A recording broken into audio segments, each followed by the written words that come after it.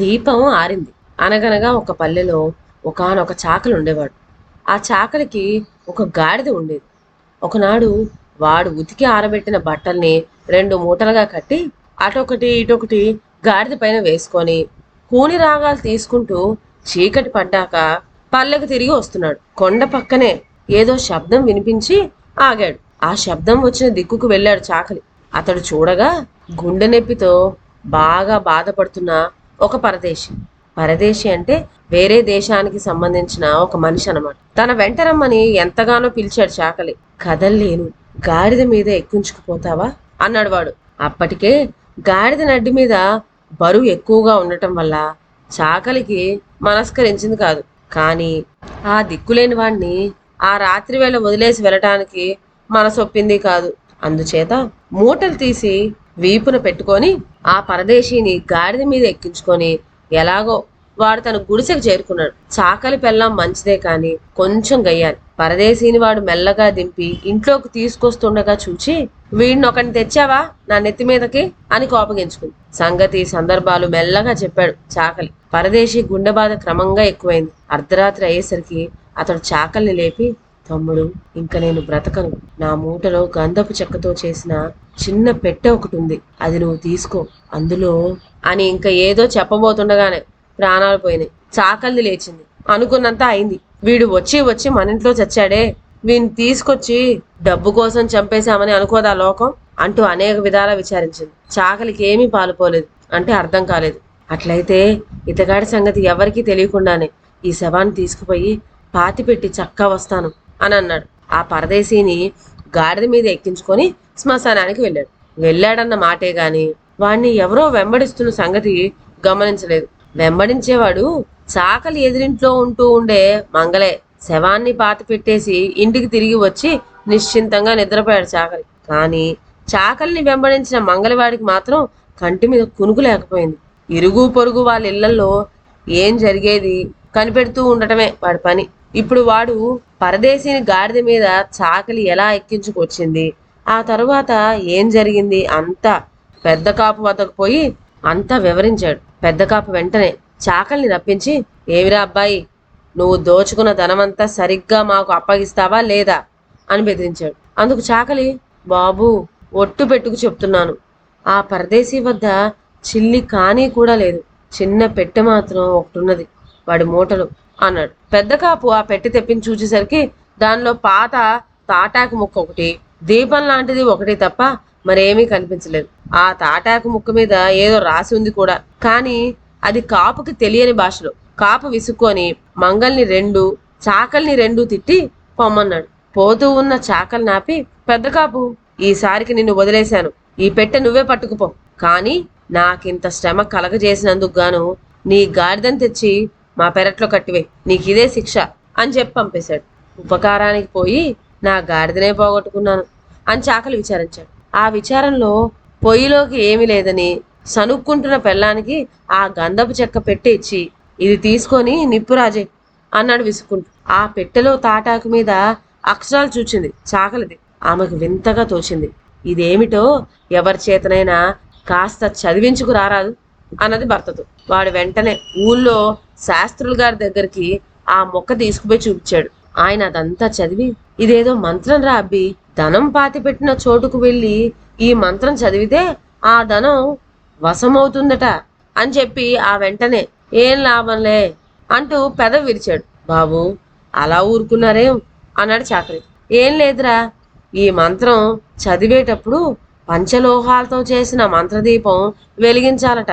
అటువంటి మహిమగల దీపం మనకెక్కడ దొరుకుతుంది, వట్టి మాట అన్నాడు శాస్త్రుడు. శాస్త్రులు చెప్పిన ఈ మాట వినగానే చాకలివాడు ఇంటికి పరిగెత్తుకుపోయి తన వద్ద గంధపు పెట్టెలో ఉన్న ఒక దీపపు బుడ్డి తెచ్చి ఆయనకు చూపించాడు.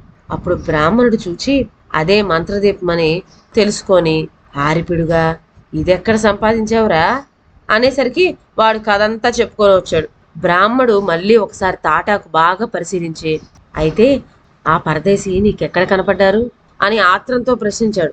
విషయం అంతా చెప్పాడు చాకలి. ఆ రోజునే అర్ధరాత్రి వేళ పెట్టకైనా తెలియకుండా బ్రాహ్మణ్ణి వెంటబెట్టుకొని వాడు అడవిలో కొండ వద్దకు చేరుకున్నాడు. ఆ పరదేశి తనకు కనపడ్డ చోటు ఆగి తన చేతిలో ఉన్న మంత్రదీపం వెలిగించాడు. ఆ దీపం వెలుగున శాస్త్రులు తాటాకు ముక్క మీదున్న మంత్రం చదవసాగాడు. ఆశ్చర్యం!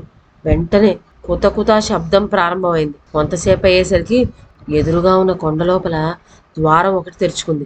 శాస్త్రులు చాకలి ఆశ్చర్యపడి నిబ్బరంగా అంటే ధైర్యంగా ద్వారంలో ప్రవేశించారు. కిందకి మెట్లు కనపడినాయి.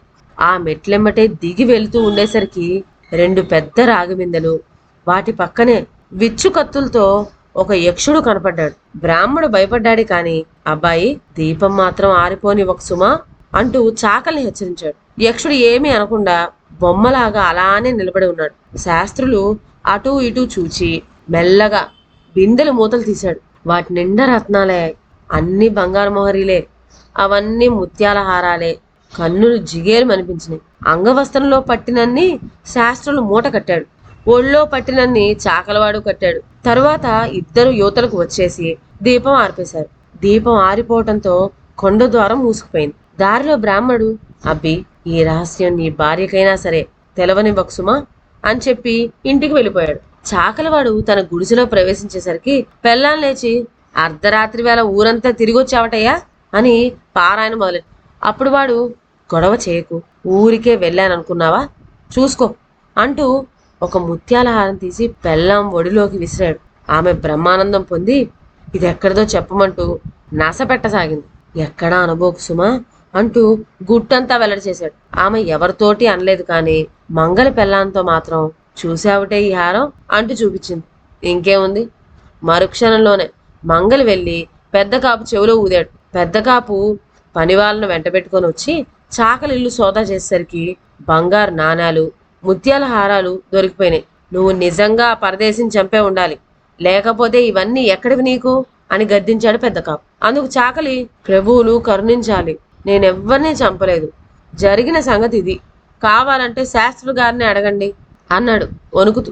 దాంతో బ్రాహ్మణ్ణి కూడా లాక్కువచ్చారు. బ్రాహ్మడు గడుసువాడు గనక మెల్లగా, అయ్యా పెద్ద కాపు గారు, ఎందుకు వచ్చిన రభస, ఈ రాత్రి మిమ్మల్ని తీసుకువెడతాం రండి, మీకు కావాల్సినంత సంపద మీరు తీసుకోవచ్చు అని చెప్పి సముదాయించాడు. పెద్ద కాపు ఒప్పుకొని ఆ రాత్రి వాళ్ళతో కూడా ప్రయాణమయ్యాడు. వాళ్ళతో పాటు మంగలి వెంటబడ్డాడు. ఇదివరకు లాగానే చాకలి మంత్రదీపం వెలిగించి చేత పట్టుకొని ఆ వెలుగున బ్రాహ్మడు మంత్రం చదవసాగాడు. అక్కడ యక్షుని చూడగానే పెద్ద కాపు మంగలి హడలిపోయారు. మీరిద్దరూ పోయి సొమ్ము తీసుకురండి, ఎవ్వరూ రాకుండా మేము ఇక్కడ కాపలా ఉంటాం అన్నారు. అలవాటు పడ్డ బ్రాహ్మడు చాకలి గభీమని లోపలికి పోయి నలుగురికి సరిపడ నాణ్యాలు హారాలు మూట కట్టారు. ఈలోగా బయట ఉన్న మంగలి పెద్ద కాపుతో, బాబు సొమ్ముతో బయటికి వచ్చాక తాటాకు కూడా మనమే లాగేయాలి అని సలహా చెప్పాడు. అదే నేను అనుకుంటున్నాను, వీళ్ళ భరతం పట్టం ఎంతసేపులే, అంతా నా చేతిలో పనే అన్నాడు అహంకారంతో పెద్ద కాపు. ఇంతలో బ్రాహ్మడు చాకలి బయటకు వచ్చి, ఇవిగో మీ వాటాలు అంటూ వాళ్ళు తెచ్చిన మూటల్లోని కొన్ని తీసిచ్చారు. అందులో 1,00,000 విలువ గల మనులు మాణిక్యాలు ఉన్న మంగలికి పెద్ద కాపుకి చాలదనే అనిపించింది. ఇంతేనా అక్కడ ఉన్నది అని అడిగాడు కాపు.